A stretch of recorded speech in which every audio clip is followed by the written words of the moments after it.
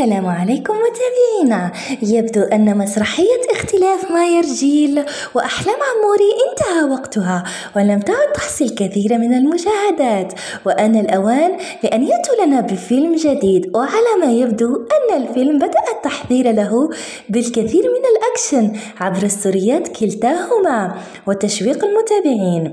واليوم جاءت لنا مايا رجيل برسائل حمامة السلام تريد فيهم التسامح والرجوع، وتبعث فيهم الكثير من الحب لصديقتها التي كان الشيطان سببا في خلافهما، وأن الحياة لا تستحق وكلها أمل أن تعود المياه لمجاريها.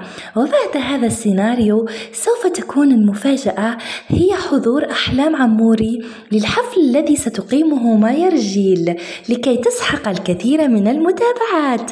على هذا الخبر سنطير فرحا به. ما رأيكم متابعينا في تلاعب المؤثرين بعقول المشاهدين؟ شكرا لكم متابعينا، نرجو منكم الضغط على زر الإعجاب والمتابعة.